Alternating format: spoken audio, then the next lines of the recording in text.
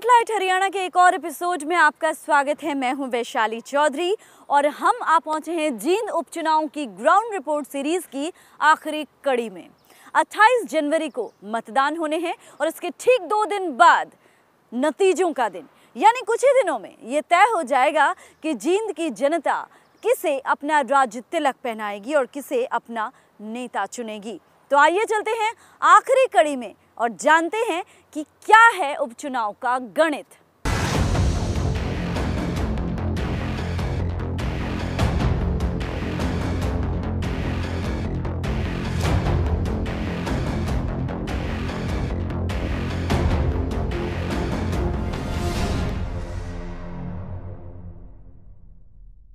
जींद उपचुनाव की ground report series के इस आखिरी एपिसोड में सबसे पहले हम बात करेंगे यहाँ के यानी उपचुनाव के लिए तमाम सुरक्षा व्यवस्था की।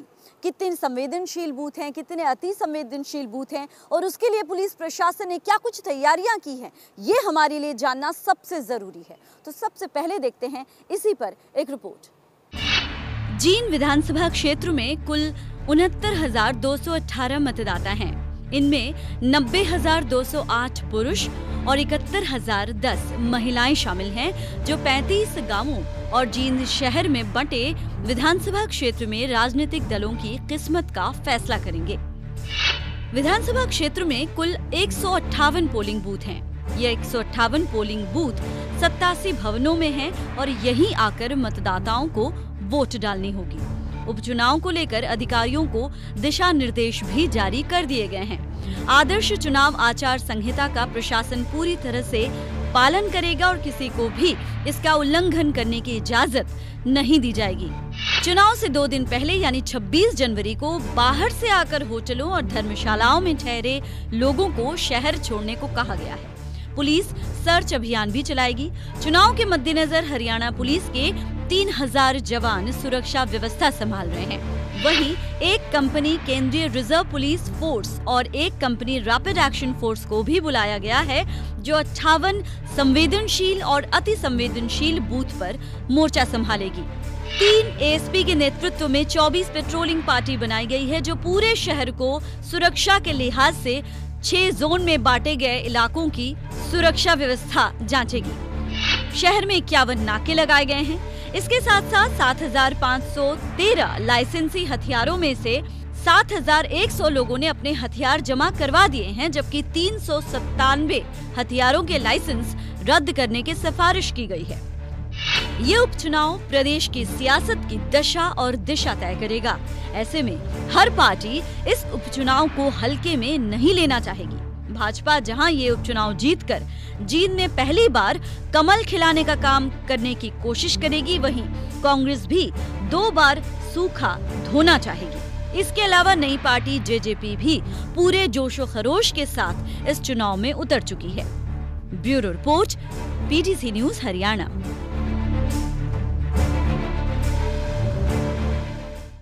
जींद उपचुनाव आईएनएलडी के लिए बहुत खास है, या यूं कहें कि चौटाला परिवार के लिए बहुत खास है तो गलत नहीं होगा। और जिस तरह से इस हफ्ते ओपी चौटाला के साथ राजनीतिक घटनाक्रम हुआ, उसने इस उपचुनाव को और भी रोचक बना दिया है। ओपी चौटाला की फरलो रद्द हुई, उसके बाद तमाम इमोशनल और पॉलिटिकल ड्रामे हुए, वो किसी से छुपा नहीं।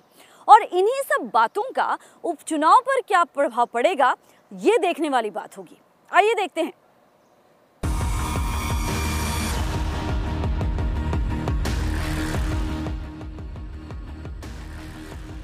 प्रदेश के सबसे अहम राजनीतिक परिवार के विघटन की प्रक्रिया तो गोहाना रैली के साथ ही शुरू हो गई थी। अब जींद के उपचुनाव ने इस प्रक्रिया में आखिरी कील भी ठोक दी है। इस सप्ताह के दौरान जो कुछ हुआ उसका जींद चुनाव पर क्या असर होगा, ये दीगर बात है, पर यह बात पूरी तरह से अब साफ हो गई है कि चौटाला परिवार में दोनों भाइयों का आपसी संबंध भी अब पूरी तरह से समाप्त हो गए हैं। ताजा घटनाक्रम की शुरुआत तब हुई जब सोमवार को अचानक इनेलो सुप्रीमो ओम प्रकाश चौटाला की 3 सप्ताह की फरलो को दिल्ली सरकार ने रद्द कर दिया। इसी दिन दिल्ली सरकार पर काबिज आम आदमी पार्टी ने जींद चुनाव में जननायक जनता पार्टी के प्रत्याशी दिग्विजय चौटाला का समर्थन करने का ऐलान किया था। फरलो रद्द होने की खबर सामने आते ही बवाल खड़ा हो गया। इनेलो नेताओं ने इसे जननायक जनता पार्टी की साजिश करार दे दिया। अस्पताल में जेरे इलाज ओम प्रकाश चौटाला को आनन फानन दोबारा जेल भेज दिया गया। ओम प्रकाश चौटाला ने स्वयं इस अवसर पर दिग्विजय और दुष्यंत के खिलाफ तल्ख बयानबाजी की। मैं गद्दारों को और देशद्रोहियों का कभी समर्थन नहीं करता। मैं पार्टी के प्रति समर्पित कार्य करता हूँ और मेरी पार्टी इंडियन नेशनल लोकदल का उम्मीदवार उमेश रेड्डी जो है, मैं उसका समर्थक हूँ और उसकी तन मन धन से मदद करूँगा। मैं गद्दारों को और देशद्रोहियों को कभी भी माफ करने के लिए तैयार नहीं हूँ। इनेलो की बागडोर संभाल रहे अभय चौटाला ने तो दुष्यंत और दिग्विजय चौटाला को औरंगजेब की संज्ञा दे डाली। अभय चौटाला ने कहा कि दिल्ली के मुख्यमंत्री अरविंद केजरीवाल की मिलीभगत के साथ ओम प्रकाश चौटाला की फरलो रद्द करने की साजिश रची गई है। अभय चौटाला ने कहा कि वे केंद्रीय गृह मंत्री राजनाथ सिंह से आग्रह करेंगे कि वो इस मामले की पूरी जांच करवाएं। परिवार की इस आंतरिक कलह का जिम्मेवार उन्होंने अजय चौटाला की पत्नी और दुष्यंत और दिग्विजय की मां नैना चौटाला को ठहराया। अभय चौटाला ने कहा कि वो अजय चौटाला के परिवार के साथ सभी संबंध तोड़ रहे हैं और अब तो उनके घर की रोटी तक नहीं खाएंगे। इस पूरे घटनाक्रम के बीच पहली बार ओम प्रकाश चौटाला की पत्नी स्नेहलता चौटाला भी मीडिया के सामने आई। दुष्यंत और दिग्विजय को जमकर कोसते हुए स्नेहलता चौटाला ने कहा कि वो दोनों उनकी अर्थी तक को भी हाथ न लगाएं। तो सबको पता है वे कराई है उन्होंने, और रैली में जो धक्के मुक्के हुए थे वो भी किसी से छुपे हुए नहीं है। वो तो अपने दादा को गिराना चाहते थे भी इनके पैर हाथ टूट जाएगी। बस दुष्यंत जैसा दिग्विजय जैसा नालायक तो किसी के पैदा ही ना हो, और हो तो रहे ना। मैं तो आखिरी यही कहती हूँ भी वो चारों जी, मैं तो मर जाऊं तो मेरी अर्थी के भी हाथ ना लगाए। अरे मुझे देखने में नहीं आए। इस मामले को लेकर जननायक जनता पार्टी के नेता अपनी सफाई दे रहे हैं। दुष्यंत चौटाला का कहना है कि अगर उनका इतना प्रभाव होता तो वो अजय चौटाला की पैरोल को बढ़वा क्यों न लेते। पैरोल रद्द कराने के लिए कोई पॉलिटिकल संगठन बीच में आ सकता, तो फिर तो पैरोल मंजूर कराने के लिए भी आ सकता। फिर तो हम डॉक्टर अजय सिंह चौटाला जी को कल ही मंजूर करवा के लिया। केवल मात्र उन लोगों की कई बातें हैं जो लोग सुबह उठने से लेकर रात को सोने तक एक ही चीज सोचते हैं कि किस प्रकार से जननायक जनता पार्टी को रोका जाए। और मैंने तो पहले कहा था हर एक के पास अधिकार, जो इन्फॉर्मेशन मेरे पास है, परसों ही फरलो मंजूर हुई थी।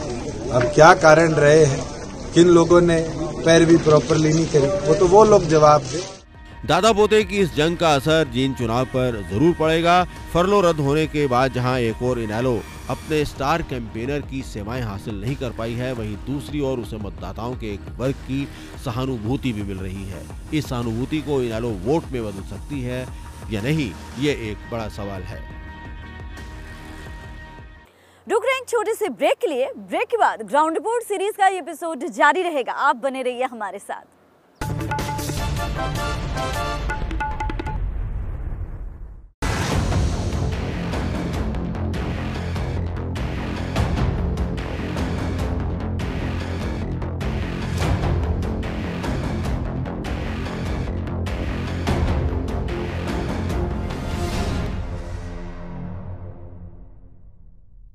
जींद उपचुनाव के लिए कांग्रेस ने रणदीप सिंह सुरजेवाला को उतारकर तमाम समीकरण बदल दिए। खास तौर पर बीजेपी की अगर बात करें तो वाकई उस पार्टी के लिए समीकरण काफी बदल गए हैं।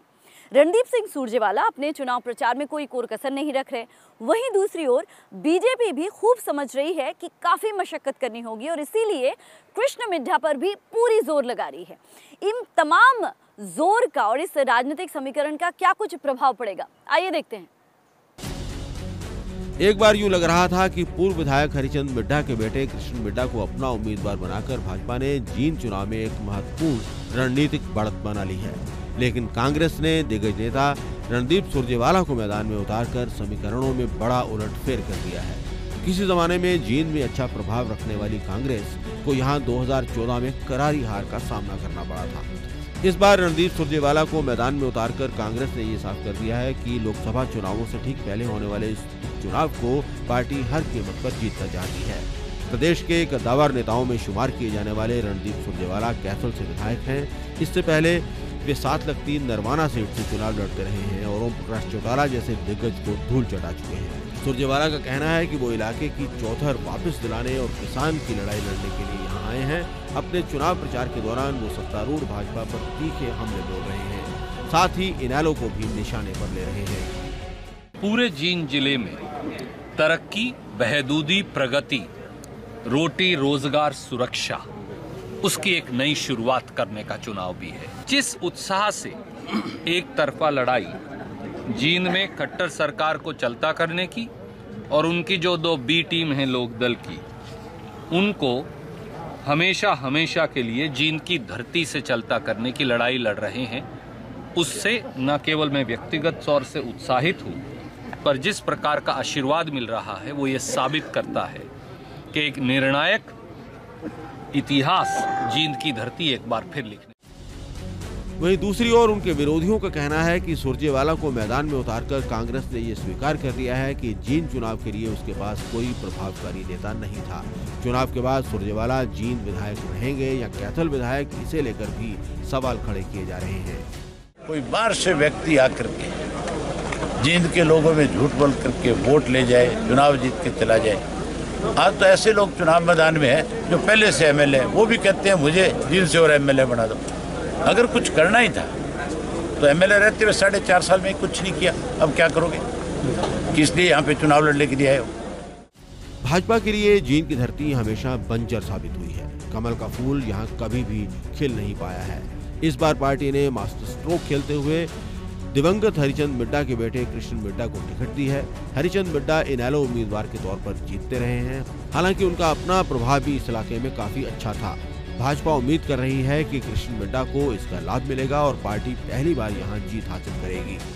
सब लोग जानते हैं कि जिस प्रकार से 4.25 साल से एक पारदर्शी और जवाबदेह सरकार हरियाणा प्रदेश में हमने मनोहर लाल जी के नेतृत्व में दी है, यही आधार भारतीय जनता पार्टी का चुनाव में है, यही मुद्दा रहेगा। और इसी मुद्दे के आधार पे हमने जो 5 निगम के चुनाव थे वो जीते हैं और इसी आधार पे ये चुनाव जो बहुत रोचक हो गया है। आखिर में आते आते उम्मीदवार की घोषणा होते होते और इस उम्मीदवार में भारतीय जनता पार्टी को विजय प्राप्त होगी। डॉक्टर कृष्ण मिड्डा भारी बहुमत से जीत करके विधानसभा में पहुंचेंगे। मुख्यमंत्री मनोहर लाल के लिए भी ये चुनाव बेहद अहम है। उनके कार्यकाल के दौरान ये पहला उपचुनाव है। यही वजह है कि भाजपा प्रदेश प्रभारी अनिल जैन और संगठन महामंत्री सुरेश भट्ट स्वयं इस चुनाव पर निगाह रखे हुए हैं। पार्टी के लिए सबसे बड़ा मसला जाट मतों का है। इन मतों को हासिल करने के लिए चौधरी वीरेंद्र सिंह से लेकर कैप्टन अभिमन्यु, ओपी धनखड़ और पार्टी अध्यक्ष सुभाष बराला जैसे जाट नेता यहाँ डेरा डाले हुए हैं। जींद उपचुनाव भाजपा के लिए प्रतिष्ठा का सवाल है। प्रदेश की भावी सियासत पर भी इसका असर रहेगा। यही वजह है कि मनोहर लाल के नेतृत्व में भाजपा जींद में पूरी ताकत झोंक चुकी है। और अब बात करेंगे लोकतंत्र सुरक्षा पार्टी यानी राजकुमार सैनी की। राजकुमार सैनी हमेशा ही बीजेपी के लिए एक सिरदर्द बने रहे हैं और जींद उपचुनाव की बात करें तो यहाँ भी कुछ मसला ऐसा ही है। सैनी ने उपचुनाव के लिए एक ब्राह्मण उम्मीदवार को मैदान में उतारा है और ये बात बीजेपी को काफी परेशान कर रही है। देखिए।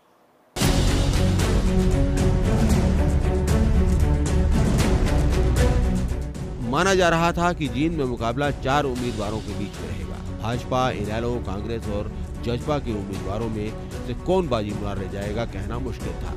ऐसे में राजकुमार सैनी की लोकतंत्र सुरक्षा पार्टी को ज्यादा गंभीरता से नहीं लिया जा रहा था।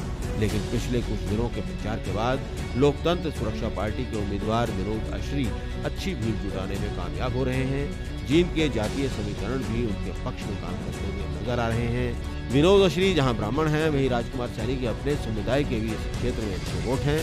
माना जा रहा है कि अश्री इन दोनों समुदायों के काफी मत बटोरने में कामयाब हो जाएंगे। जीत भले ही उनके हाथ न लगे, लेकिन दूसरे उम्मीदवारों का खेल बिगाड़ने की उनकी क्षमता से इनकार नहीं किया जा सकता।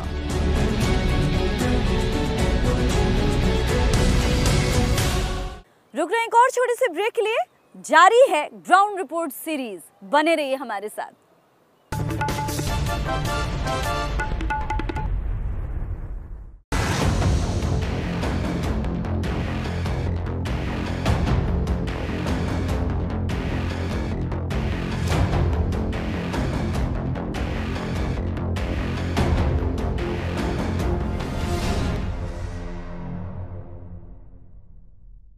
जींद उपचुनाव में 2 फैक्टर काफी अहम रहने वाले हैं। एक है मांगेराम गुप्ता और दूसरा फैक्टर है कंडेला खाप। आखिर ये 2 फैक्टर क्यों इतने खास हैं और इसका क्या असर पड़ने वाला है, आइए देखते हैं इस रिपोर्ट के जरिए। जींद में जीत के लिए हर सियासी दल अपने अपने पैंतरे चल रहा है। जहां बीजेपी की साख दांव पर है तो वहीं जेजेपी अपने सियासी अस्तित्व की लड़ाई लड़ रही है। उधर कांग्रेस भी जींद में जीत हासिल कर गुटबाजी के धब्बे को धोने की कोशिश में है। लेकिन इस सब के बीच जींद की राजनीति किसके इर्द गिर्द घूम रही है, इसका भी जरा विश्लेषण कर लेते हैं। जींद में सियासी धुरी रहे मांगेराम गुप्ता और खाप नेता टेकराम कंडेला। इस चुनाव में ये दोनों खासा असर डाल सकते हैं। इन दोनों ही नेताओं का अपना अलग वोट बैंक है।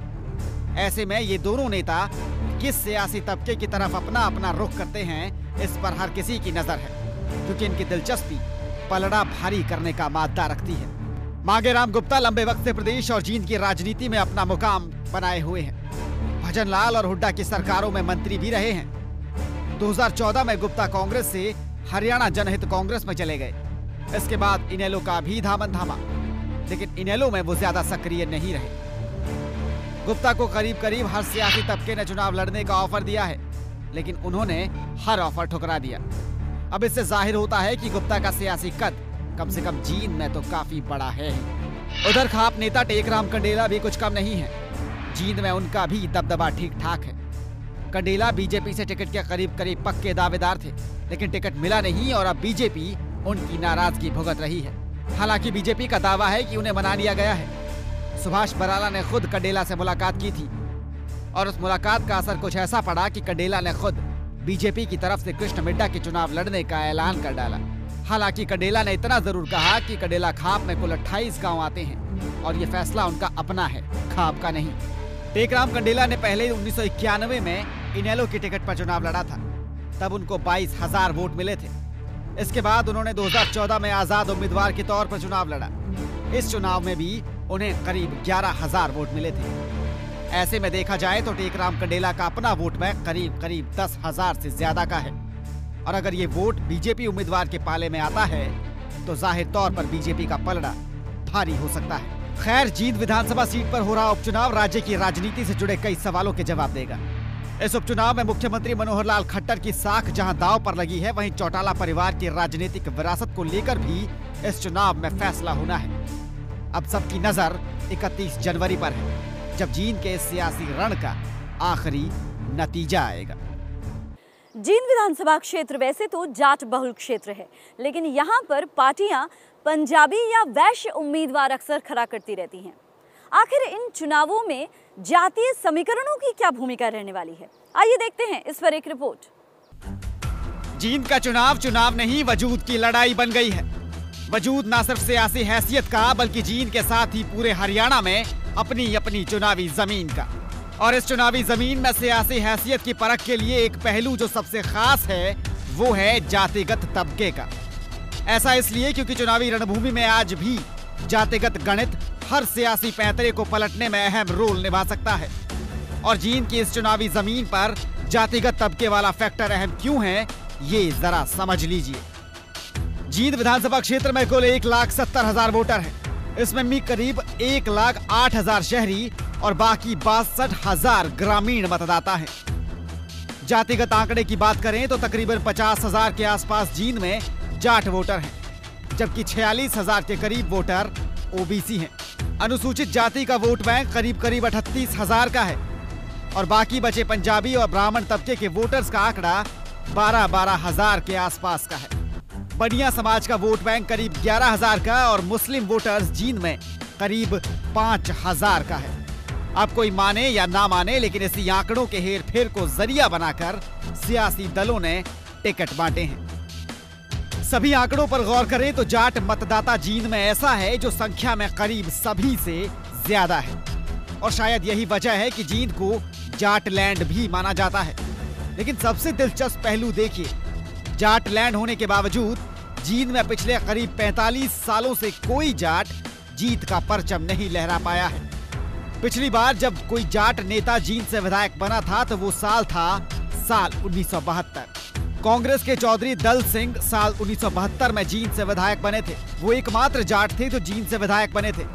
तब से लेकर अब तक जाट लैंड जींद से कोई जाट विधायक नहीं बन पाया है। चौधरी दल सिंह ने उस वक्त अपने प्रतिद्वंदी जयकिशन को हराया था। जींद की धरती पर और भी कई लोगों ने अपना सियासी सिक्का जमाया है। ये कुछ नाम हैं जिन्होंने साल 1967 से लेकर जींद में अपनी सियासी जमीन तराशी। दया किशन से लेकर मांगेराम गुप्ता तक और ब्रिजमोहन सिंगला से लेकर डॉक्टर हरिचंद मिड्डा तक। जींद में सियासत का एक अपना इतिहास रहा है और इसे इतिहास का एक हिस्सा 1972 का वो दौर भी है जब आखिरी बार कोई जाट चौधरी दल सिंह के नाम से जींद की धरती से विधानसभा तक पहुंचा था। और अब बात करते हैं मौजूदा हाल की। इस उपचुनाव के लिए जींद में अभी कुल 21 उम्मीदवार बचे हैं। इनमें से सबसे अहम नाम कुछ ही हैं, जिनमें बीजेपी के कृष्ण मिड्डा, कांग्रेस के रणदीप सुरजेवाला, जेजेपी के दिग्विजय चौटाला, इनेलो के उमेद रेडू और सैनी के लोकतंत्र सुरक्षा पार्टी के विनोद आशरी हैं। हालांकि बीजेपी से नाराज चल रहे टेकराम कंडेला भी बाजी पलटने की महारत रखते हैं और शायद इसीलिए सभी दल उन्हें मनाने में जुटे हैं। 50,000 का जाट वोट बैंक इन चुनावों में निर्णायक हो सकता है, लेकिन जाट वोट बैंक क्या सिर्फ एक ही है या फिर इसमें भी कई चौराहे हैं? और आने वाला वक्त जातिगत समीकरणों के हिसाब से जींद की चुनावी जमीन पर किस पार्टी और किस नेता के लिए विधानसभा का दरवाजा खोलेगा, तस्वीर 31 जनवरी को ही साफ हो पाएगी।